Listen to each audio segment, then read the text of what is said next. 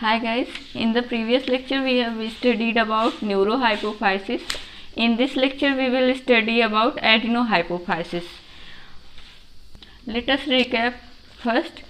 This is a hypothalamus और ये P shaped का जिसका वेट 0.5 से 1 ग्राम होता है पिट्यूटरी ग्लैंड है। पिट्यूटरी ग्लैंड में दो पार्ट हैं, एक है एडिनोहाइपोफाइसिस, दूसरा है न्यूरोहाइपोफाइसिस। एडिनोहाइपोफाइसिस के 3 पार्ट्स होते हैं, पार्स ट्यूबरैलिस, पार्स डिस्टेलिस और पार्स इंटरमीडिया। और न्यूरोहाइपोफाइसिस के 3 पार्ट हैं, पार्ट ऑफ हाइपोथैलेमस और जिससे पिट्यूटरी ग्लैंड जुड़ा रहता है उसको कहते हैं इनफंडिबुलम या पिट्यूटरी स्टॉक, ये दूसरा पार्ट न्यूरोहाइपोफाइसिस का, और ये है न्यूरल लोब, ये तीसरा पार्ट। तो पिट्यूटरी ग्लैंड के बारे में हम लोग देख चुके। अब हम लोग जो एडिनोहाइपोफाइसिस है उसके जो पार्ट इंटरमीडिया एडिनोहाइपोफाइसिस का जो सेकेंड पार्ट है उसके बारे में पढ़ते हैं। तो इसलिए इसको थोड़ा ज़्यादा पढ़ेंगे क्योंकि इसका अभी हमने पिछला जो ग्लैंड पढ़ा था, कौन सा ग्लैंड पढ़ा था हमने पिछला, पीनियल ग्लैंड। पीनियल ग्लैंड में मेलेटोनिन हार्मोन सिक्रीट होता था।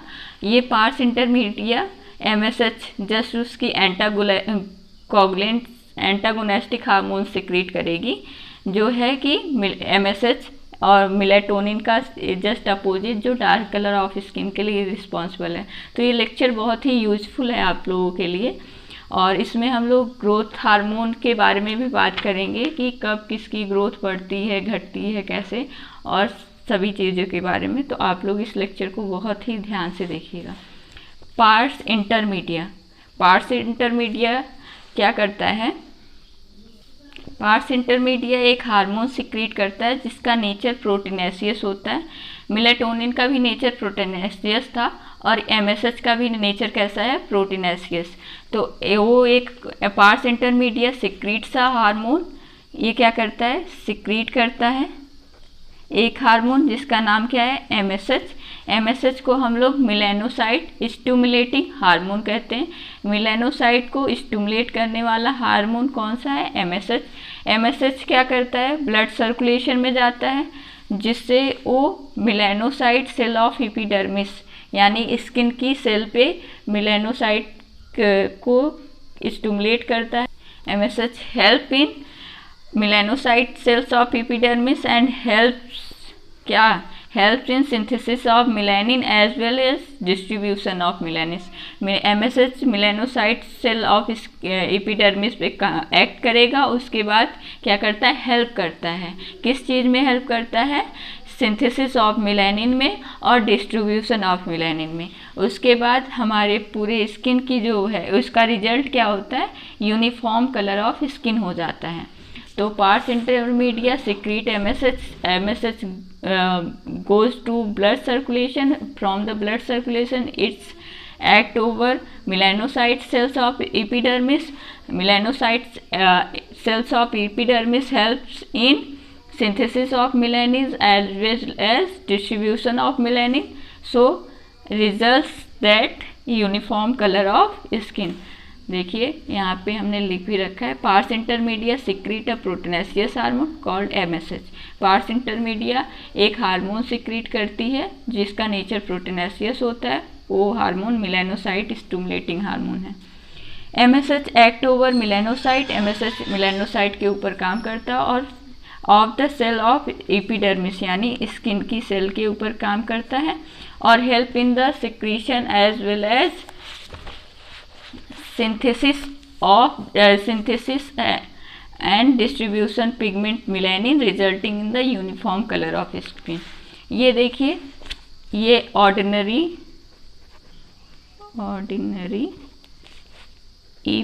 एपिडर्मल सेल है और ये हमारा मेलानोसाइट सेल्स हैं, ठीक है, melanocyte cell.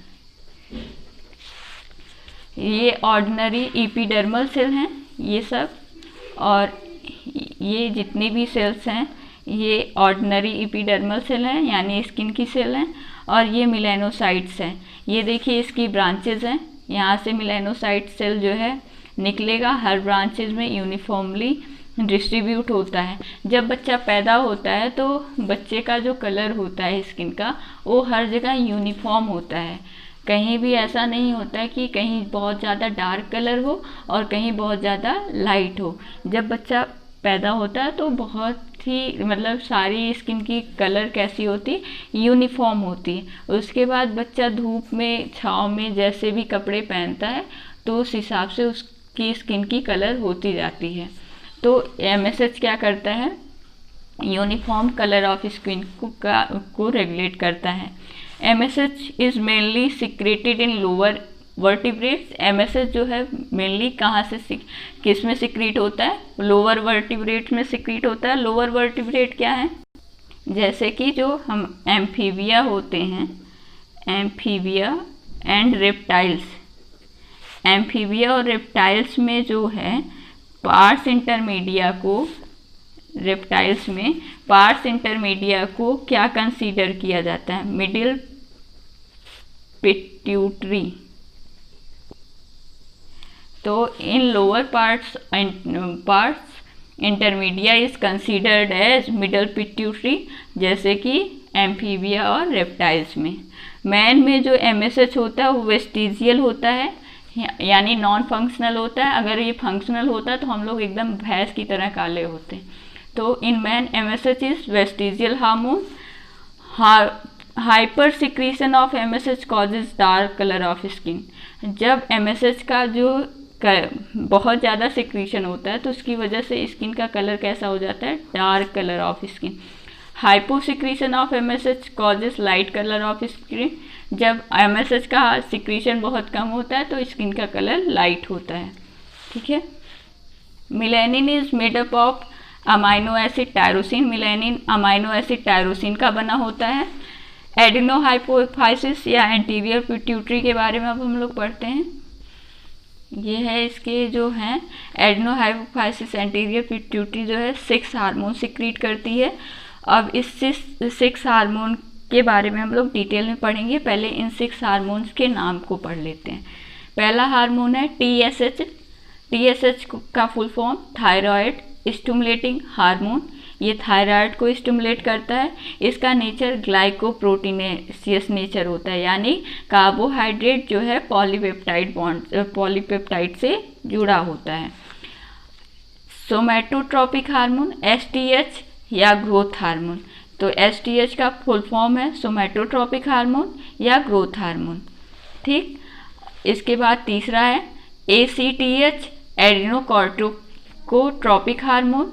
ACTH adenocorticotropic hormone. FSH follicle stimulating hormone. LH in the female, LH जो है फीमेल में होता है। और FSH भी ग्लाइकोप्रोटीनेसियस नेचर में होता है। और कौन सा हार्मोन ग्लाइकोप्रोटीनेसियस, TSH ग्लाइकोप्रोटीनेसियस नेचर का होता है। और जो STH है यानी ग्रोथ हार्मोन, ये प्रोटीनेसियस नेचर का होता है। इसमें भी हमने ग्लाइकोप्रोटीनेसियस नहीं लिखा है, इसका मतलब ये भी कैसा है, प्रोटीनेसियस नेचर का है। अब LH ल्यूटिनाइजिंग हार्मोन जो होता है या ICSH in male, LH female में होता है, ICSH मेल में होता है। LH का फुल फॉर्म है ल्यूटिनाइजिंग हार्मोन इन फीमेल। और ICH का फुल फॉर्म है इंटरस्टिशियल सेल स्टिमुलेटिंग हार्मोन, जो कि ग्लाइकोप्रोटीनेसियस नेचर का होता है। ये पांचवा था। छठा है PRL, GGH, LTH या MTH। ये सब एक ही चीज़ के सारे नाम हैं। तो पहले PRL का फुल फॉर्म प्रोलैक्टिन। GGH का गैलेक्टोजोइक हार्मोन। LTH का ल्यूटोट्रोपिक हार्मोन। और MTH का मेमोट्रोपिक हार्मोन। तो हम लोगों ने देखा कि एंटीरियर पिट्यूटरी 6 हार्मोन सिक्रीट कर रही थी। अब इन 6 हार्मोन के बारे में हम लोग डिटेल में पढ़ते हैं। तो एंटीरियर पिट्यूटरी क्या करती है, secrete TSH। Anterior pituitary secrete TSH यानी thyroid stimulating hormone which acts over thyroid gland and help in the secretion of thyroxine. ठीक है। Anterior pituitary secrete TSH which goes into blood circulation and act on thyroid gland and thyroid gland secrete thyroxine, ठीक है। Anterior pituitary TSH secrete करती है, TSH blood के through, यानी thyroid stimulating hormone blood के through thyroid gland पर जाके काम करता है। थायराइड ग्लैंड पे जब जाता है तो थायराइड ग्लैंड क्या करती है, थायरॉक्सिन सिक्रीट करती है। अगर थायरॉक्सिन का जो लेवल है वो क्या हो जाए, डिक्रीज हो जाए, अगर थायरॉक्सिन का लेवल डिक्रीज हो जाए तो जो है हाइपोथैलेमस क्या हो जाएगा, अगर थायरॉक्सिन का लेवल ब्लड सर्कुलेशन ब्लड में डिक्रीज हो जाए तो हाइपोथैलेमस एक्टिव हो जाएगा। हाइपोथैलेमस स्टिमुलेट होगा तो TRH, जो हाइपोथैलेमस है वो रिलीजिंग हार्मोन सिक्रीट करता है, यानी इनहिबिटरी, जो रोकने में काम करती है, ठीक है। तो ये जो हाइपोथैलेमस है ये रिलीजिंग हार्मोन सिक्रीट करता है, जबकि anterior pituitary stimulating hormone secrete करती है। तो जब ब्लड सर्कुलेशन में क्या हो जाए, थायरॉक्सिन का लेवल डिक्रीज हो जाता है, तो ये थायरॉक्सिन का लेवल डिक्रीज हुआ तो सीधे हाइपोथैलेमस स्टिमुलेट होगी। हाइपोथैलेमस स्टिमुलेट होने की वजह से क्या होगा, TRH का सिक्रीशन बढ़ जाएगा। TRH का सिक्रीशन जब बढ़ेगा तो एंटीरियर पिट्यूटरी ज़्यादा स्टिमुलेट होगी। जब एंटीरियर पिट्यूटरी मोर स्टिमुलेटेड हो जाएगी तो क्या हो जाएगा, ये क्या करेगी, TSH का जो सिक्रीशन है उसको ज़्यादा कर देगी, जिसका रिजल्ट क्या होगा, थायराइड ग्लैंड जो है वो ज़्यादा थायरॉक्सिन हार्मोन सिक्रीट करेगी। अगर इसका जस्ट अपोजिट हो जाए कि तो इसी को हम लोग पॉजिटिव फीडबैक मैकेनिज्म कहते हैं। इसको हम लोग क्या कहते हैं, positive feedback mechanism. Positive feedback mechanism क्या है कि ब्लड में जब थायरॉक्सिन का जो लेवल है वो कम हो जाए, ब्लड में जब थायरॉक्सिन का लेवल कम हो जाए तो हमारी जो हाइपोथैलेमस है वो स्टिमुलेट हो जाती है। हाइपोथैलेमस स्टिमुलेट होने के बाद वो TRH का सिक्रीशन ज़्यादा करती है, थायराइड रिलीजिंग हार्मोन का सिक्रीशन ज़्यादा करती है, जिसका रिजल्ट क्या होता है, एंटीरियर पिट्यूटरी ज़्यादा स्टिमुलेट हो जाती है। एंटीरियर पिट्यूटरी ज़्यादा स्टिमुलेट होती है तो TSH का सिक्रीशन ज़्यादा करती है। What is TSH, thyroid stimulating hormone. Thyroid stimulating blood circulation में जा करके ब्लड सर्कुलेशन के थ्रू थायराइड ग्लैंड पर जाता है और वहाँ से थायरॉक्सिन का सिक्रीशन ज़्यादा करवाता है। ये क्या हो गया, ये अगर थायरॉक्सिन का सिक्रीशन ज़्यादा हो रहा है तो पॉजिटिव काम हो रहा है, तो इसे पॉजिटिव फीडबैक मैकेनिज्म कहेंगे। अगर अब यही जस्ट अपोजिट कर दो, ब्लड सर्कुलेशन में अब क्या हुआ, थायरॉक्सिन का सिक्रीशन ज़्यादा हो गया, थायरॉक्सिन का सिक्रीशन इंक्रीज हो गया। जब थायरॉक्सिन का सिक्रीशन इंक्रीज होगा तो तब हाइपोथैलेमस क्या करेगी, हाइपोथैलेमस TRH का सिक्रीशन कम कर देगी। TRH का सिक्रीशन कम करेगी तो क्या होगा, एंटीरियर पिट्यूटरी लेस स्टिमुलेट होगी, जो क्या करेगी, एंटीरियर पिट्यूटरी जब कम स्टिमुलेट होगी तो TSH का सिक्रीशन कम करेगी। TSH ब्लड सर्कुलेशन में कम जाएगा और TSH ब्लड सर्कुलेशन में जब कम जाएगा थायराइड ग्लैंड पे कम काम करेगा, और थायराइड ग्लैंड पे जब कम काम करेगा तो क्या होगा, थायरॉक्सिन हार्मोन का सिक्रीशन कम हो जाएगा। तो थायरॉक्सिन हार्मोन का सिक्रीशन कम हो रहा है, इसलिए ये निगेटिव काम हो रहा है, तो इसे निगेटिव फीडबैक मैकेनिज्म कहते हैं, ठीक है। अब इसको हम लोग सेंटेंस वाइज देख लेते हैं। Anterior pituitary secrete TSH which acts over thyroid gland and help in the secretion of thyroxine. If the level of thyroxine decreases in the blood, then hypothalamus is stimulated, which decrease the secretion of thyroxine. This mechanism is called positive feedback mechanism, ठीक है। If the level of thyroxine increases in the blood, then the hypothalamus decrease the secretion of TRH. As decrease the secretion of TRH, as a result, anterior pituitary is less stimulated, which in turn decrease the secretion of TSH, resulting in low stimulation of thyroid gland. This decreased secretion of thyroxine this mechanism is called negative feedback mechanism. I hope आप लोगों को ये सारी लाइनें समझ में आई होगी कि थायरॉक्सिन का जब सिक्रीशन कम हो जाता है तो हाइपोथैलेमस क्या करता है, TRH का सिक्रीशन ज़्यादा करता है, जो एंटीरियर पिट्यूटरी को ज़्यादा स्टिमुलेट करके TSH का सिक्रीशन ज़्यादा करवाती है, जिससे थायराइड ग्लैंड ज़्यादा थायरॉक्सिन हार्मोन सिक्रीट करती है। और इस मैकेनिज्म को पॉजिटिव फीडबैक मैकेनिज्म कहते हैं, जब इसका जस्ट अपोजिट क्या होगा, निगेटिव फीडबैक मैकेनिज्म। अब हम लोग STH यानी सोमैटोट्रॉपिक हार्मोन या ग्रोथ हार्मोन के बारे में पढ़ेंगे। तो ग्रोथ हार्मोन से पता ही चल रहा है कि हमारे बॉडी की ग्रोथ के बारे में ग्रोथ में करने में हेल्प करेगा। तो growth hormone help in the growth of the body. Growth hormone body के ग्रोथ करने में हेल्प करता है। Growth of the body is mainly due to increase in the length of long bone of the body. Growth of the body जो है, body की growth मतलब क्या है, उसका सीधा सा मतलब यही है कि हमारी जो लॉन्ग बोन है, हमारे लॉन्ग बोन में की लेंथ में इंक्रीज होना, ये काम करता है ग्रोथ हार्मोन यानी STH सोमैटोट्रॉपिक हार्मोन, जो कि एंटीरियर पिट्यूटरी का दूसरा हार्मोन है। ये इसको जो हमने सीरियल वाइज बताया है वैसे ही याद करिएगा। TSH, STH, ACTH और FSH, LH, PRLH।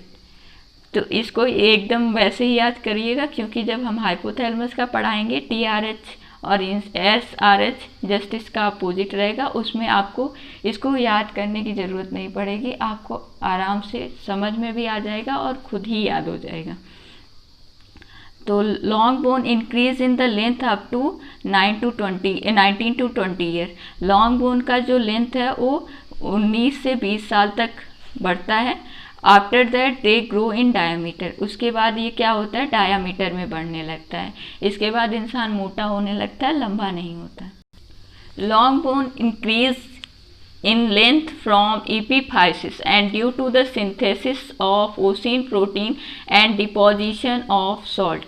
Long bone जो है epiphysis रीजन से जो है उसकी लेंथ इंक्रीज होती है। क्यों? क्योंकि एंड ड्यू टू सिंथेसिस, और इसकी जो लेंथ की इंक्रीजमेंट है ओसिन प्रोटीन की वजह से होती है। और जब ओसिन प्रोटीन का सिंथेसिस कम हो जाता है तो डिपोजिशन ऑफ सॉल्ट होने लगता है। ये देखिए epiphysis रीजन ये रही, ये हमारी लॉन्ग बोन है। लॉन्ग बोन इन epiphysis रीजन से इंक्रीज होती है। लॉन्ग बोन epiphysis एंड से क्या होती है, इंक्रीज होती है। क्यों इंक्रीज होती है? क्योंकि यहाँ पे जो प्रोटीन, कौन सा प्रोटीन है, ओसिन प्रोटीन है, और यहाँ पे थोड़ा सा डिपोजिशन ऑफ सॉल्ट है।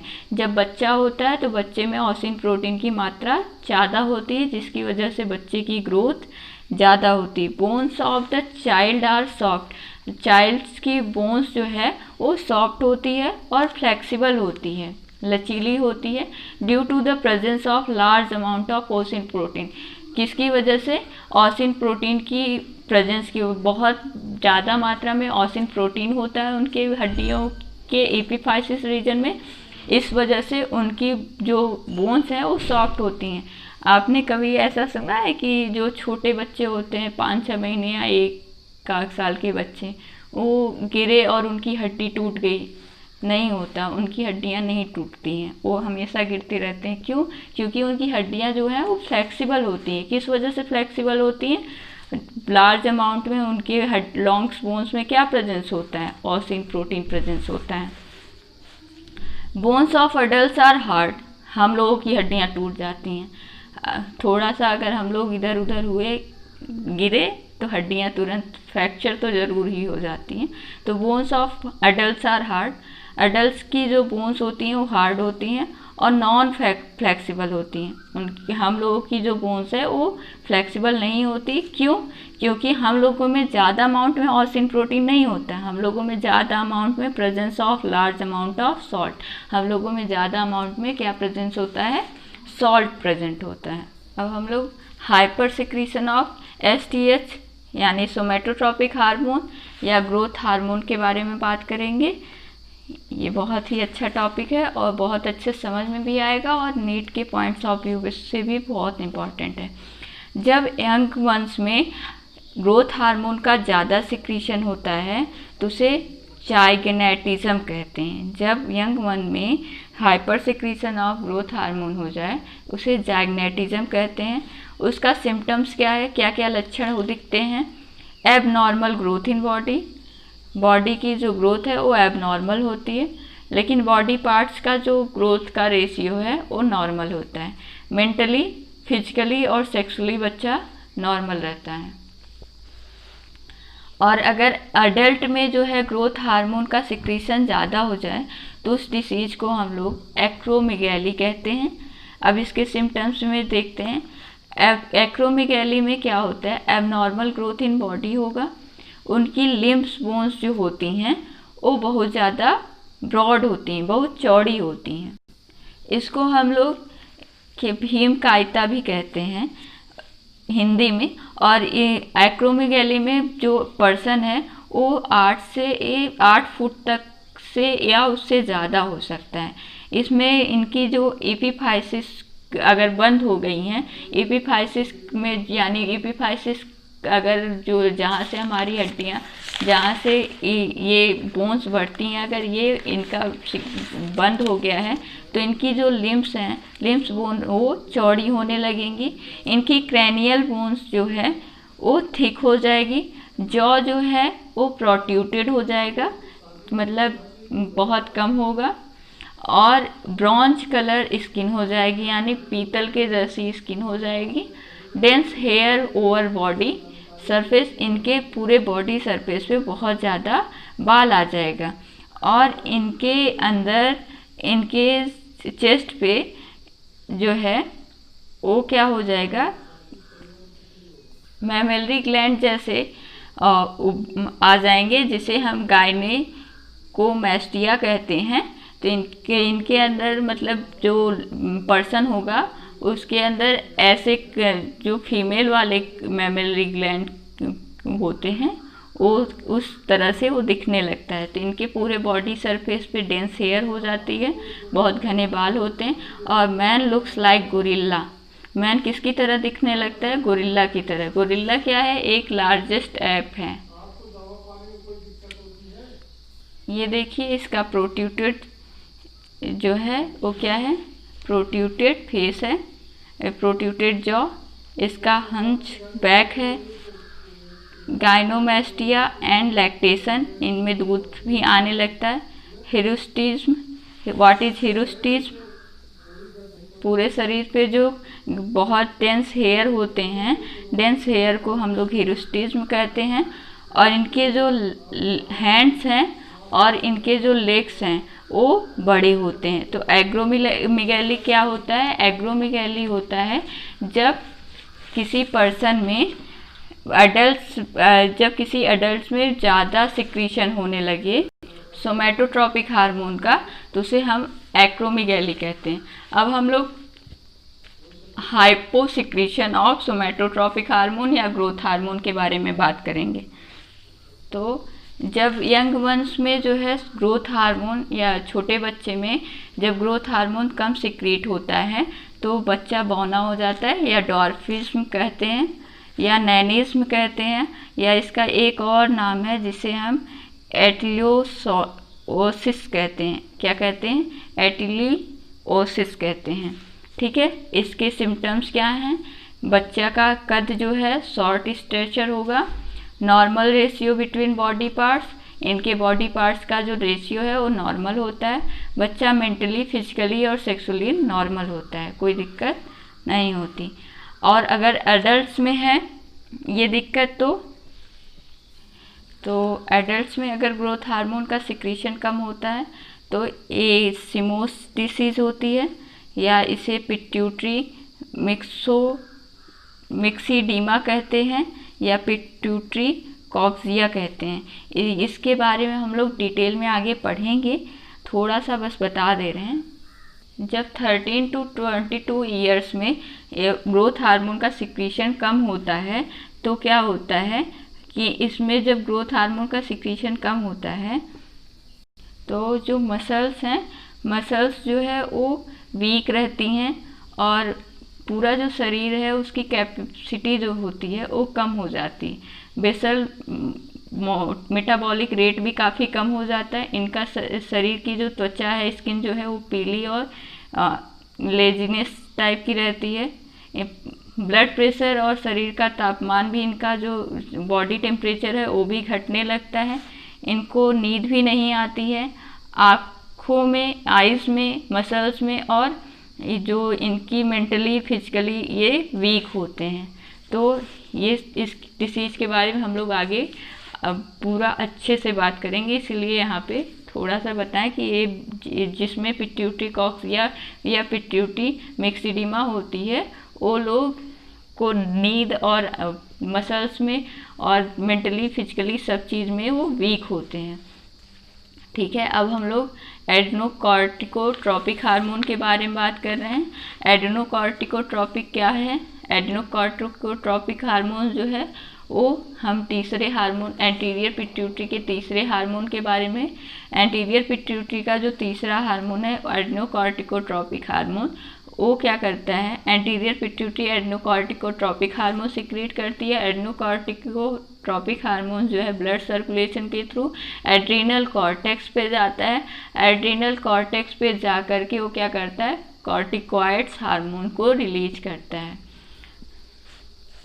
ठीक है, तो anterior pituitary secrete adrenocorticotropic hormone which acts over adrenal cortex, help in the secretion of corticoids. हमने बताया था कि ग्लूकागॉन और जो कॉर्टिकॉइड्स होते हैं, ग्लूकागॉन और कॉर्टिकॉइड्स जो होते हैं वो क्या करते हैं? ब्लड शुगर लेवल को डिक्रीज करते हैं। तो ये क्या थे? कैसे हार्मोन थे? सिनर्जिस्टिक हार्मोन थे। जब हम एंटागोनिस्टिक और सिनर्जिस्टिक पढ़ा रहे थे तो ग्लूकागॉन और कॉर्टिकॉइड्स को सिनर्जिस्टिक हार्मोन बताए थे। तो ग्लूकागॉन क्या करता है? ब्लड में शुगर लेवल को डिक्रीज करता है, तो इसीलिए इंक्रीज करता है, ब्लड में शुगर लेवल को इंक्रीज करता है इसीलिए। और कॉर्टिकॉइड्स भी क्या करता है? ब्लड में शुगर लेवल को इंक्रीज करता है, इसीलिए ये दोनों क्या है? सिनर्जिस्टिक हार्मोन है। अब जो हार्मोन सेक्स से रिलेटेड हार्मोन है वो है FSH follicle stimulating hormone, LH in female, ICH in male और PRL। इन सब के बारे में हम लोग आगे बात करेंगे। 3 main endocrine glands of the body is thyroid gland. पहली है थायराइड ग्लैंड, दूसरा एड्रिनल कॉर्टेक्स और तीसरा गोनेड्स।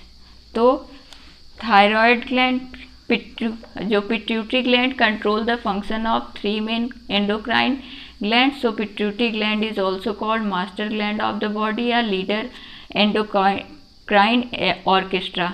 पिट्यूटरी ग्लैंड जो है 3 मेन एंडोक्राइन ग्लैंड को क्या करती है? फंक्शन को स्टिमुलेट करती है, इसलिए इसे मास्टर ग्लैंड कहते हैं या लीडर ऑफ एंडोक्राइन ऑर्केस्ट्रा।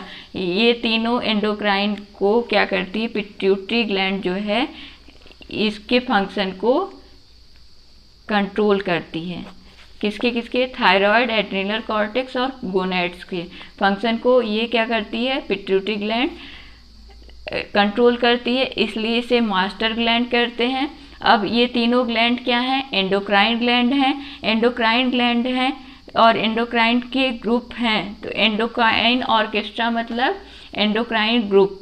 तो पिट्यूटरी ग्लैंड क्या है? इसकी लीडर की तरह काम करती है, इसको कंट्रोल करती है यानी लीडरशिप करती है। तो लीडर ऑफ एंडोक्राइन ऑर्केस्ट्रा इसलिए इसको कहा जाता है। हाइपोथैलेमस क्या करता है? Hypothalamus control the functioning of pituitary gland. Hypothalamus जो है पिट्यूटरी ग्लैंड के फंक्शन को कंट्रोल करता है, इसीलिए it is called master of master gland. इसीलिए इसे मास्टर ऑफ मास्टर ग्लैंड कहते हैं या supreme commander of endocrine system या supreme commander of endocrine system कहा जाता है। Pituitary gland is derive from Rathke's pouch structure called structure of embryo. Pituitary gland जो है एम्ब्रियो के रेथकीज पाउच स्ट्रक्चर से डिराइव्ड की गई है। जब हम body fluids and circulation chapter पढ़ा रहे थे तब हमने पोर्टल सिस्टम के बारे में बात किया था कि 3 तरह के पोर्टल सिस्टम होते हैं। ठीक, तो दो पोर्टल सिस्टम हम उस चैप्टर में बात कर चुके थे। एक पोर्टल सिस्टम बचा था जो था हाइपोफेजियल पोर्टल सिस्टम। हाइपोफेजियल पोर्टल सिस्टम जो है हम इसके आइस लेक्चर के बाद बात करेंगे। Thanks guys.